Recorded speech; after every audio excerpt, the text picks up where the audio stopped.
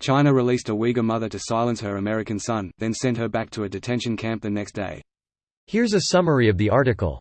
A U.S. citizen said Chinese police released his mother from an internment camp after 15 months so she could try to silence his criticisms of the country's human rights abuses, only for her to be sent back to detention the next day.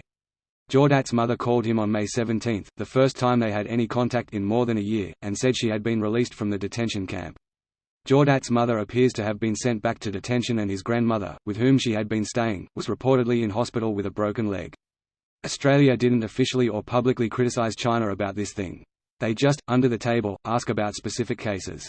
So that's how China likes to do things, instead of criticizing them, Jordat said. The different treatment of Uyghur relatives in China could stem from something much deeper, said Joanne Smith-Finley, an expert on China and the Uyghur identity at Newcastle University in England, told Newsweek. America and Japan are the two big foils for Chinese nationalism, so any time America tries to tell China what to do, China wants to be seen to be standing up to America. China can't be seen lying down in front of American imperialism, because Chinese nationalists won't stand for it within China. She added that Beijing views the U.S. as its bogeyman. As China has said many times, the U.S. cannot intervene in their internal affairs, but right now China is controlling American citizens. This post received a score of 28,814, with an upvote ratio of 93%. Here are the top comments in response to this article. Reminds me of a Soviet joke. A violinist who's a member of the Moscow Philharmonic goes on tour across Europe. After a concert in Vienna, a journalist asks him, "How's the quality of life in the Soviet Union?" and the violinist responds, "I can't complain." After another concert in Rome, another journalist asks him, "How's freedom of speech in the Soviet Union?" and he responds, "I can't complain." After another concert in Paris, he's asked, "How's political transparency in the Soviet Union?" and he replies, "I can't complain." On the tour's final leg in London, he slips away from his handlers and flees to the American embassy to apply for asylum.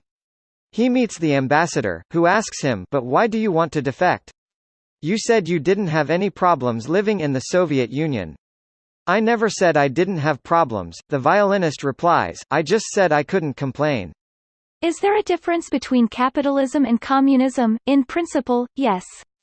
In capitalism, man exploits man. In communism, it is the other way around. Is it true that there is freedom of speech in the Soviet Union the same as there is the USA? In principle, yes. In the USA, you can stand in front of the Washington Monument in D.C., and yell, "Down with Reagan," and you will not be punished. In the Soviet Union, you can stand in the Red Square in Moscow and also yell, "Down with Reagan," and you will not be punished. The USSR and USA constitutions weren't all that different. They both guaranteed freedom of speech. It's just that the USSR constitution didn't guarantee freedom after speech. Excuse me, sir, you need to be in the free speech zone.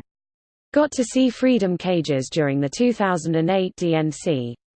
Fenced-in areas for people to protest.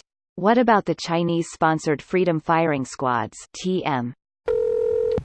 Greater than, she said, "I heard what you did, but you have to stop all you're doing right now, and you cannot be part of any types of organizations. China is so strong, so powerful right now, and everything is so good here. We are living our happy lives, so don't do anything against China or the Chinese government. Stop all the things you are doing." Jordat quoted his mother as saying, "Well, that's fucking terrifying. 1984 was not meant to be a user's manual." At first I was confused as to why they would make the message sound so clearly under duress, but then I realized, that's the point. It's meant to be a threat against his mother's life without directly saying it. Remember Otto Warmbier-ish and his confession? It was one of the most psychologically brutal things I've ever seen. This video was automatically created by Reddit to speech. The article and comments in this video were selected from Reddit according to their upvotes, and any paraphrasing was performed by smmry.com, without any human intervention.